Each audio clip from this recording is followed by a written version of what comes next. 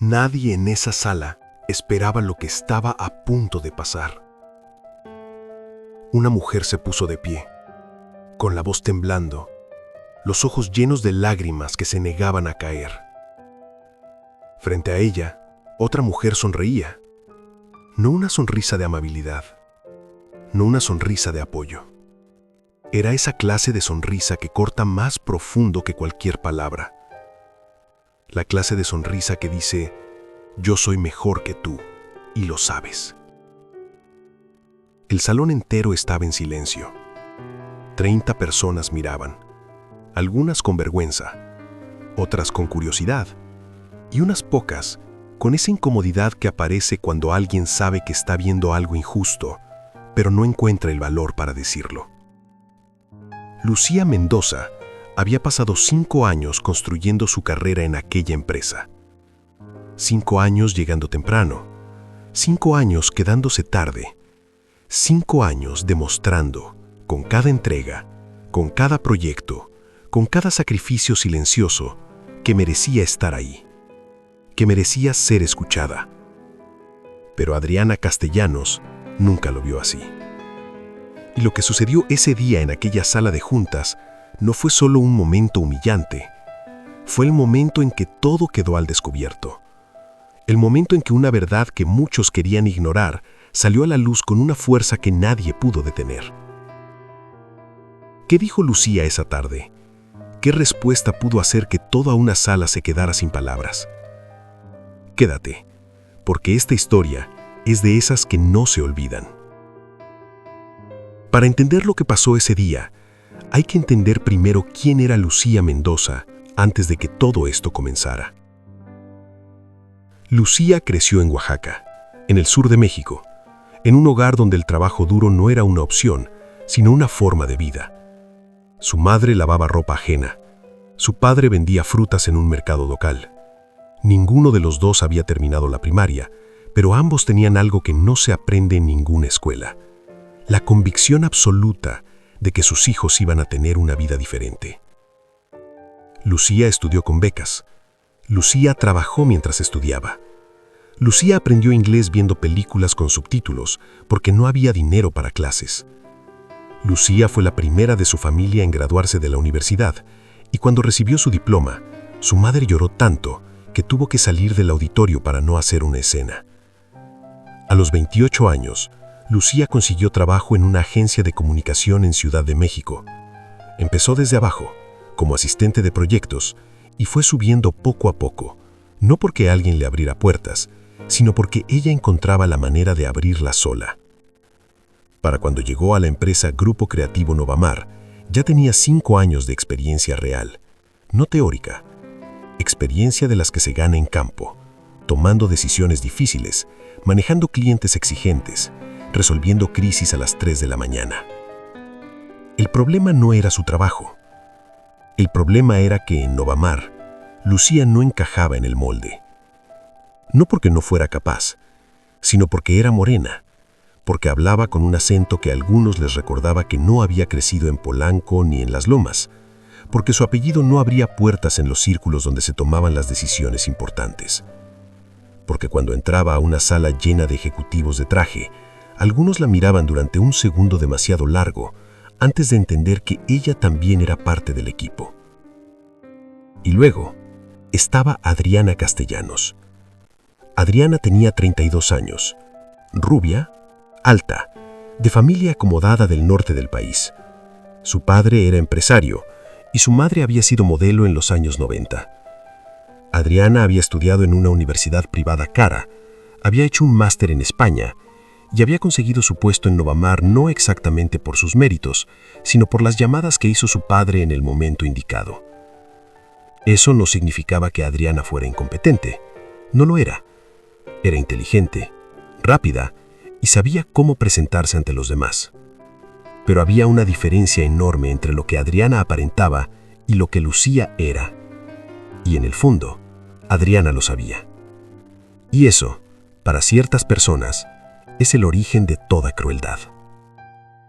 Las dos mujeres habían empezado en niveles distintos de la empresa y casi durante un año habían tenido poco contacto directo. Pero cuando la dirección decidió crear un nuevo departamento de estrategia de marca, ambas quedaron bajo el mismo coordinador, en el mismo equipo, trabajando en los mismos proyectos. Desde el primer día, la dinámica fue incómoda. Adriana llegaba a las reuniones con comentarios que sonaban amables, pero que tenían filo. Cosas como mencionar los orígenes de Lucía de una forma que no era necesaria. Preguntas que en apariencia eran inocentes, pero que buscaban recordarle a todos en la sala de dónde venía Lucía y a dónde, según Adriana, debía seguir perteneciendo. Lucía lo notaba, sus compañeros lo notaban, pero nadie decía nada. Porque ese es el tipo de racismo que más daño hace, el que se disfraza de broma, el que se esconde detrás de una sonrisa, el que te hace dudar de ti mismo antes de hacerte dudar del otro. Y así pasaron los meses, hasta que llegó ese día.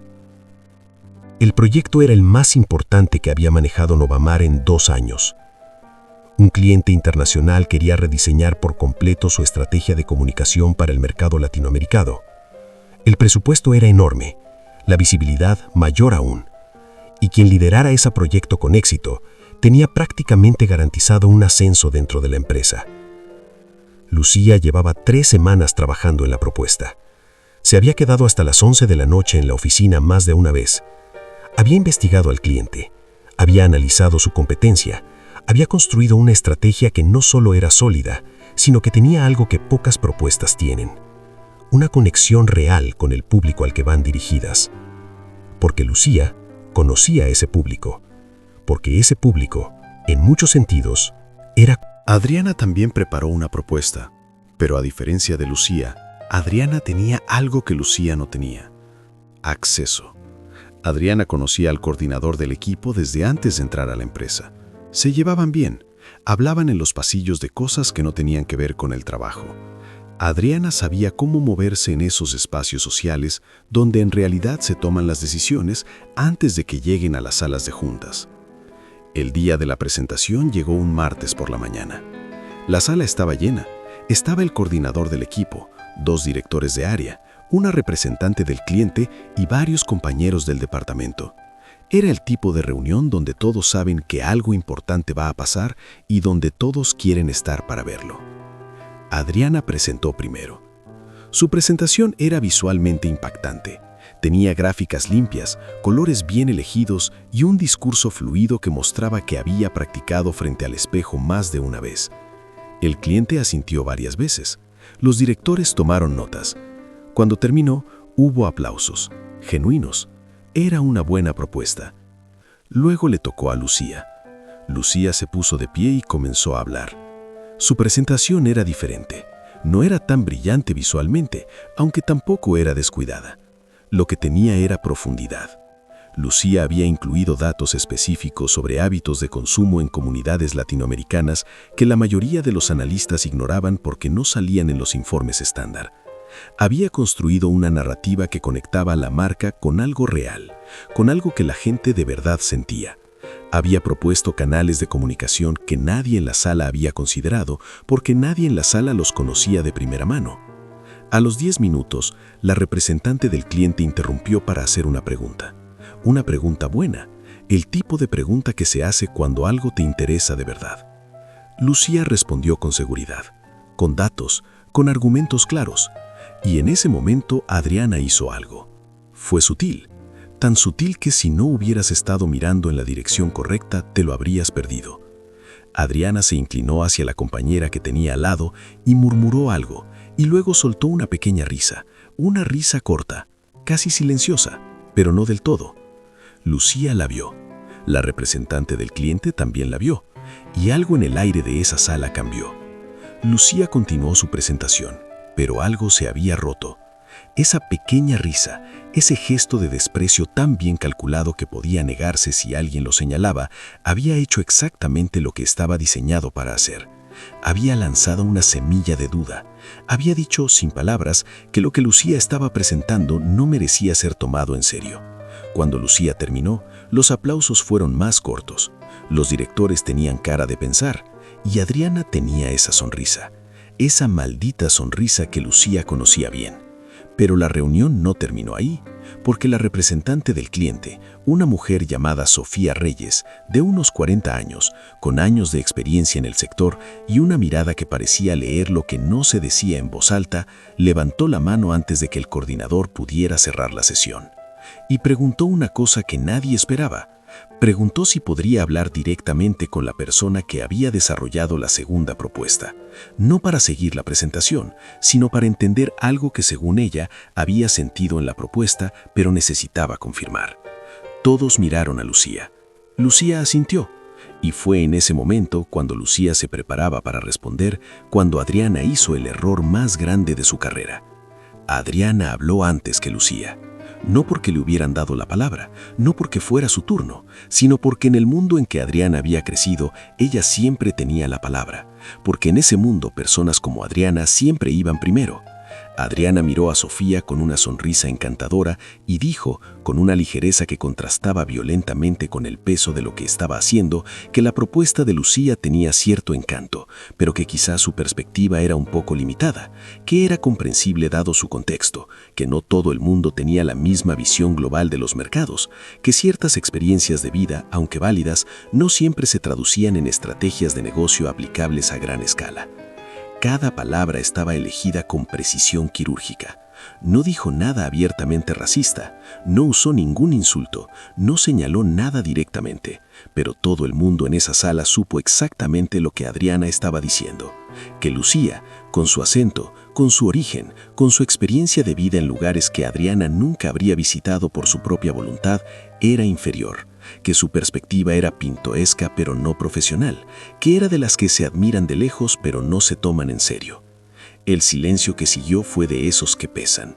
Lucía no se movió, no bajó la mirada, no buscó soporte en los rostros de sus compañeros, simplemente miró a Adriana por un momento que se sintió eterno, y luego, con una calma que solo se consigue cuando uno ha pasado años aprendiendo a cargar peso sin quebrarse, Lucía habló. No gritó, no lloró, no acusó a Adriana directamente ni usó palabras que pudieran descartarse como emocionales o exageradas. Lucía se dirigió primero a Sofía, la representante del cliente, y comenzó a hablar de la propuesta. Pero lo hizo de una manera que nadie en esa sala había visto antes. Habló de las comunidades que había investigado, no como datos en una hoja, sino como personas reales. Habló del mercado latinoamericano, no como un concepto abstracto, sino como algo que ella conocía desde adentro, desde la textura de la vida cotidiana que no aparece en ningún informe de consultoría de $5,000. Había construido una narrativa que conectaba la marca con algo real, con algo que la gente de verdad sentía. Había propuesto canales de comunicación que nadie en la sala había considerado porque nadie en la sala los conocía de primera mano. A las Tentivis, la representante del cliente interrumpió para hacer una pregunta. Una pregunta buena, el tipo de pregunta que se hace cuando algo te interesa de verdad. Sofía dijo que sí, que por supuesto que sí. Y durante los siguientes 20 minutos, Lucía presentó una capa de su propuesta que nadie había visto en la reunión anterior. Una capa que había guardado precisamente para un momento como ese, no porque lo hubiera planeado de esa forma exacta, sino porque había aprendido, a lo largo de años de experiencia, que siempre había que tener más de lo que mostraba al principio, porque siempre habría alguien que intentaría reducirla antes de que terminara de hablar. Cuando Lucía terminó, Sofía se inclinó hacia el director de área que tenía al lado y dijo algo en voz baja. Luego Sofía miró a Lucía y le dijo frente a todos que era la propuesta más sólida que había visto en lo que llevaba de proceso de selección, no solo por los números, sino por la comprensión real del público objetivo, que eso, en su experiencia, era lo más difícil de encontrar y lo más valioso. La sala quedó en silencio. Adriana dejó de sonreír, y en ese silencio, algo que había estado invisible durante mucho tiempo se volvió visible para todos. No de forma dramática, no con gritos ni acusaciones, sino de la manera más definitiva posible, con la verdad puesta sobre la mesa. Lucía ganó el proyecto, no porque alguien le hiciera un favor, no porque alguien se apiadara de ella, sino porque su trabajo era objetivamente superior, y porque en esa sala, por una vez, hubo alguien con la autoridad y la disposición para verlo sin los filtros que normalmente distorsionan esa clase de decisiones. En las semanas siguientes, las cosas en la oficina cambiaron, no de forma radical, no de la noche a la mañana, porque el mundo real no funciona así, pero cambiaron.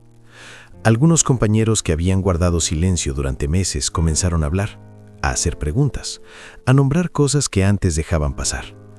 El coordinador del equipo tuvo una conversación con Adriana que nadie escuchó, pero cuyos efectos se notaron en su comportamiento durante las reuniones siguientes. Sofía Reyes, la representante del cliente, pidió específicamente que Lucía fuera la persona de contacto principal durante todo el proyecto.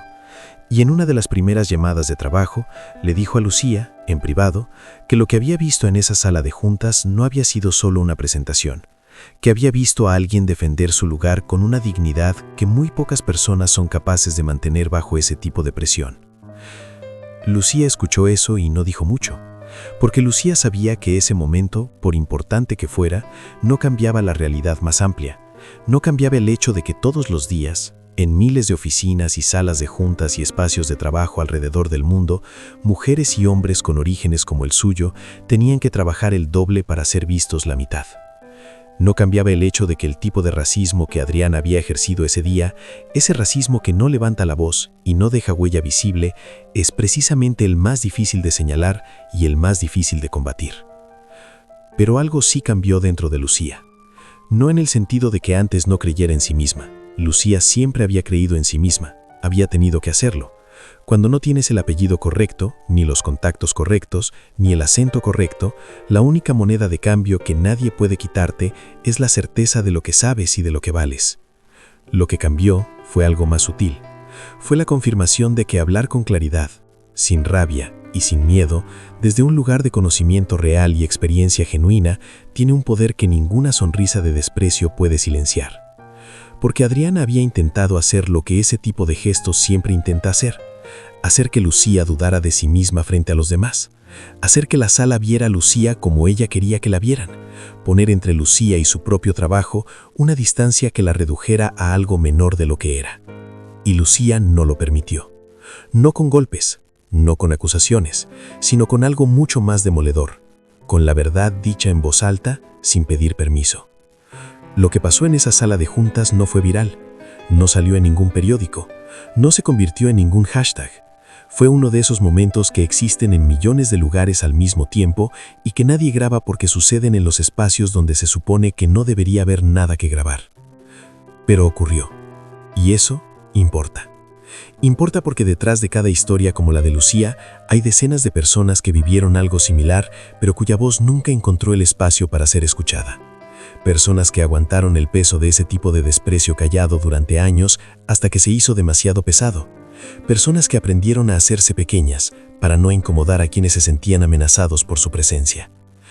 El racismo no siempre llega con insultos, no siempre llega con violencia visible.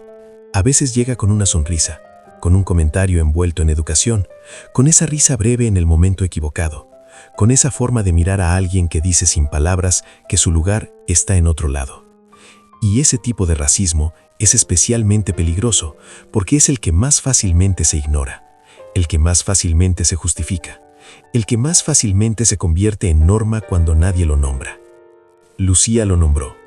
No perfectamente, no sin costo, porque nombrar estas cosas siempre tiene un costo, pero lo nombró de la manera más poderosa posible, siendo tan buena en su trabajo, tan clara en su pensamiento y tan firme en su dignidad que no hubo forma de ignorarla.